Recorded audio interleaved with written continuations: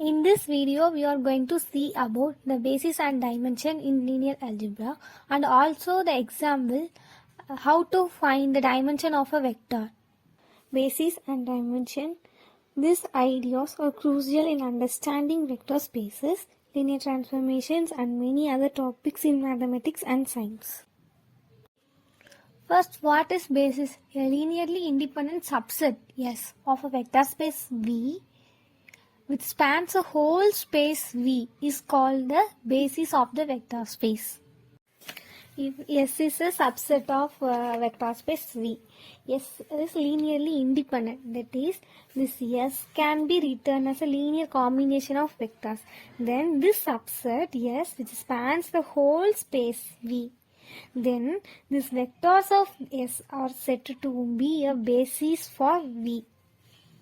Let us consider an example. Let S equal to 1, 0, 0, 1, 0, 0, 0, 1. Then A, B, C, which is equal to A into 1, 0, 0 plus B into 0, 1, 0 plus C into 0, 0, 1, which is equal to V3 of R. This vector can be written as a linear combination of the vectors. So, it should span the whole space V. Therefore, it's a basis for V3 of R. Then what is dimension? When V be a finite dimensional vector space over a field F, the number of elements in any basis of V is called the dimension of V and is denoted by dim V. Let V be a finite dimensional vector space. The finite dimensionality of V means that there exists a finite set of bases of vectors. Then in any basis of V, the number of elements is called the dimension of V and is denoted by dim V. For example, if dimension of V n of R is equal to n, because E1, E2, etc. En is a basis of V n of R. It should be linearly independent and it's also span the whole space. Therefore, the number of elements in that is equal to Vn.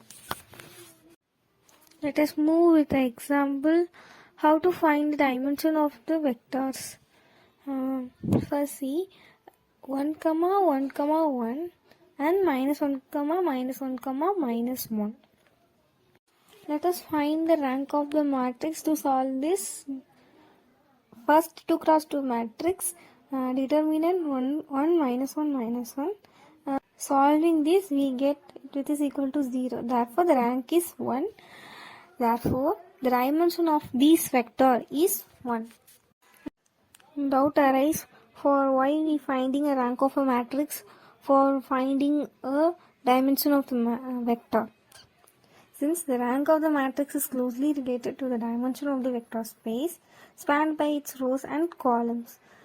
And also the rank of a matrix represents the maximum number of linearly independent columns or rows.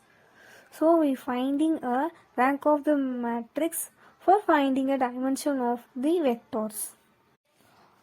And another example is 102, 201, 101. This method was solved by a row echelon method.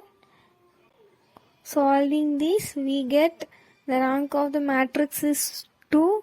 Therefore, the dimension of the vector is 2.